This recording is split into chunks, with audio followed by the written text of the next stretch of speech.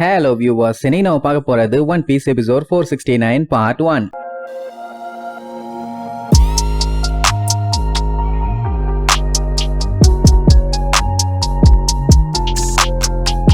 Open பண்ணா போன பாட்டுல நம்ம இவாங்கோ குமா கிட்ட பேச்சுவார்த்தை நடத்தி பார்த்தான். கடைசியில பார்த்தா அவன் செத்துட்டாங்கிற மாதிரி டோஃப்ளமிங்க வந்து சொன்னால அவனால அதை நம்பவே முடியல. அதே நேரம் இங்க கவர்மெண்ட்டுக்கு சப்போர்ட்டா இருக்கான்னு நினைச்ச போவா இப்ப அவங்களுக்கு எதிராவே வந்து நிக்கிறான். ஏன்னா லூஃபி அடி வாங்குறான், எப்படி அவ பார்த்துட்டு சும்மா இருப்பான்? ஸ்மோக்கருக்கு என்ன பண்றதுன்னு தெரியல. அதுக்கப்புறம் அவ திரும்பி நம்ம லூஃபிய பார்த்து அந்த பீமை யூஸ் பண்ற போஸுக்கு போய் நிப்பாளா. உடனே மெரைனாளுகெல்லாம் அவ லூஃபிய காப்பாத்தல, அவனை கல்லா மாத்தான் இப்படி பண்ணிட்டு இருக்கான்னு ஆர்வமா பாப்பாங்க. ஆனா அவளுக்கு அங்க சந்தோஷம் தாங்க முடியல. ஏன்னா லூஃபிய ஒரு ஆபத்தான இடத்துக்குள்ள அனுப்பி விட்டா. அவன் திரும்பி வருவானோ மாட்டானோன்னு ஒரு பீதி இருந்துச்சு. ஆனா அடி மனசுல வருவான்னு ஒரு நம்பிக்கை. அவன் நினைச்ச மாதிரியே வந்துட்டான். அண்ட் அவனுக்கு இன்னும் ஹெல்ப் பண்ணாதானே இவளுக்கும் ஹாப்பியா இருக்கும். அதனால என்ன பண்ணிருப்பான்னா ஏசுக்கு போட்டிருக்காங்களே ஹேண்ட்கஃப், அதோட சாவிய நைஸா ஆட்டி போட்டு வந்திருப்பா. அதை பார்த்த உடனே லூஃபிக்கெல்லாம் செம ஹாப்பி, அப்படியே ஷாக் ஆகி போய் நிப்பான். சுத்தி இருக்க லூசுங்கெல்லாம் பார்த்துட்டு என்ன அவன் உறைஞ்சிட்டானா கல்லான மாதிரியே தெரியுதுன்னு கூடுவானுங்க. இன்னுமே அவனுக்கு புரியல அவ அவனுக்கு தான் சப்போர்ட் பண்ணிட்டு இருக்கான்னு. உடனே நம்மள அவ கைய பிடிச்சி ஹன்காக்கு ரொம்ப ரொம்ப தேங்க்ஸ் எம்பானா. அவளுக்கு அதுக்கு மேல சந்தோஷம், நம்ம பேரை சொல்லிட்டான்னு. இதுல வேற வெக்க வேற பட்டுட்டு இருப்பா.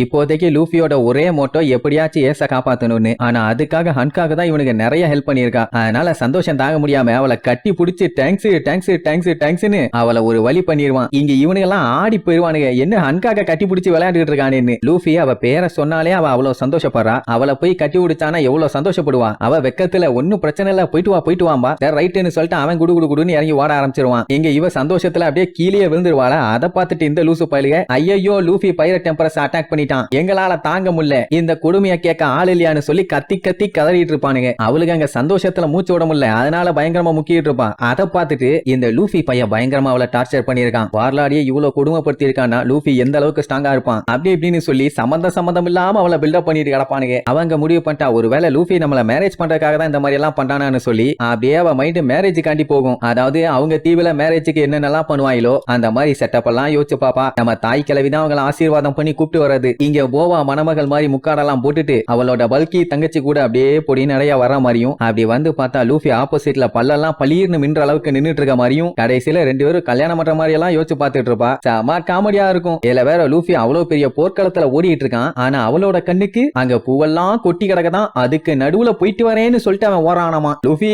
என்னால பார்க்க முடியுதுப்பா, நமக்குள்ள இருக்க கனெக்ஷனை யாராலையும் கட் பண்ண முடியாது. ஏன்னா அது சாதாரண நூல் இல்ல, ஒரு பெரிய சைஸ் பாம்புன்னு சொல்லி அப்படியே இமேஜின் பண்ணி பாப்பா. பார்த்தா பெரிய சைஸ் அனகொண்டா பாம்பையே ரெண்டு பேத்துக்கு நடுவுலயும் போட்டு வச்சிருப்பா. இப்படி இங்க இவ ஃபீலிங்கோட சொல்லிட்டு இருந்தா நான் லூஃபிய விட மாட்டேன்னு ஒரு சவுண்ட். நல்ல மூட எவன்டா ஸ்பாயில் பண்றான்னு பார்த்தா ஸ்மோக்கர் தான். லூஃபிய எப்படியாச்சும் தடுத்தே தீர்வேன்னு அவனை வெட்டிட்டு பின்னாடியே போவான். போவா இருக்கிற வரைக்கும் விடுவாளா அவனை. இடையில போய் நின்னுட்டு ஒரு ரொட்டேஷனை போட்டு அவ காலை வச்சு ஒரே அடி. அவன் வச்சிருந்தானே ஒரு ஆயுதம், அதுவே கல்லா மாதிரி உடஞ்சு போயிடும். மொத்தத்துல லூஃபிய தொடணும்னா என்னைய தாண்டி தாண்டா போய் தொடணும்னு குறுக்க வந்து நின்னுக்குவான். எப்பவுமே அவ பேசும்போது தலைய பின்னாடி தொங்க விட்டுட்டு ஒரு போஸ்ட்ல நின்னு பேசுவாள். அது இவனுக்கு தெரியாதுல. சோ நேவி ஆளுங்கெல்லாம் முழிப்பானுங்க, என்ன ஆச்சு அவளுக்கு தலை தொங்கிருச்சான்னு ஆளாளுக்கு ஒன்னு சொல்லி டிஸ்கஸ் பண்ணுவானுங்க. ஸ்மோக்கர் தெளிவா சொல்லிடுவான், இங்க பாரு போவா, நீ தேவையில்லாம கவர்மெண்ட் ஆளு எல்லாத்தையுமே எதிர்த்துட்டு இருக்க. அப்படி எதிர்த்தா என்ன ஆகும்னு உனக்கு நல்லாவே தெரியும். சோ தேவையில்லாத வேலை எதையுமே பண்ணாதேன்பா. அவ வழக்கம் போல சொல்ற டைலாக் தான், நான் எப்போ என்ன வேணாலும் செய்வேன், ஏன்னா நான் அழகா இருக்கேன்பா. இங்க லூஃபிக்கு செம ஹாப்பி. இந்த போவா மறுபடியும் ஹெல்ப் பண்ணுவான்னு அவன் கொஞ்சம் கூட எதிர்பார்க்கவே இல்ல. சரி இனி போய் ஏசோட லாக்க கழட்டி விட்டா போதும், எல்லா பஞ்சாயத்து ஓவரு. சோ ஏசே கவலையே படாத, நான் வந்துகிட்டே இருக்கேன்னு சொல்லிட்டு குடுன்னு ஓடுவான். இங்க இவாங்கோவால நம்பவே முடியல குமார் செத்து போயிட்டான்னு. சரி அப்படி அவன் செத்து போயிட்டான்னா இங்க இருக்கிறது யாரு?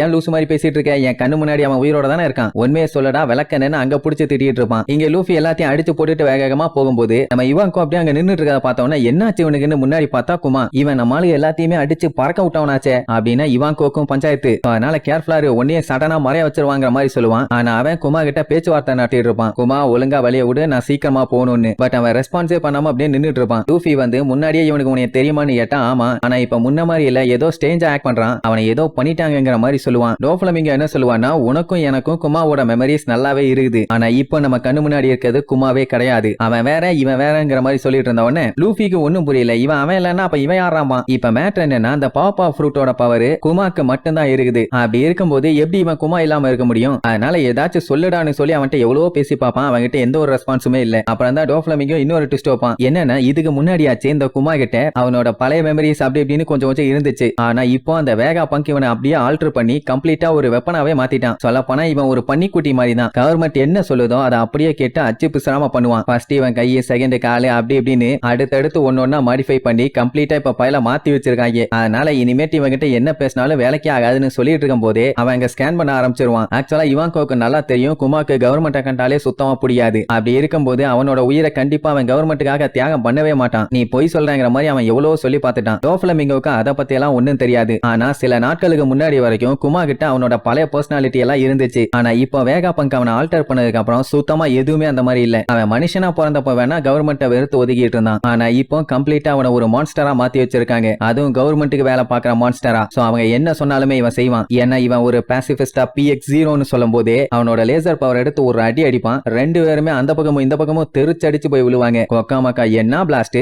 அந்த டைம் டோஃப்ளமிங்கோ அவன் பண்ண அட்டாக்க ஏதோ படத்தை பார்த்து சிரிக்கிற மாதிரி சிரிச்சுக்கிட்டு இருக்கிறதோட இந்த எபிசோடுக்கு எண்டு கார்டு போட்டு முடிக்கிறாங்க.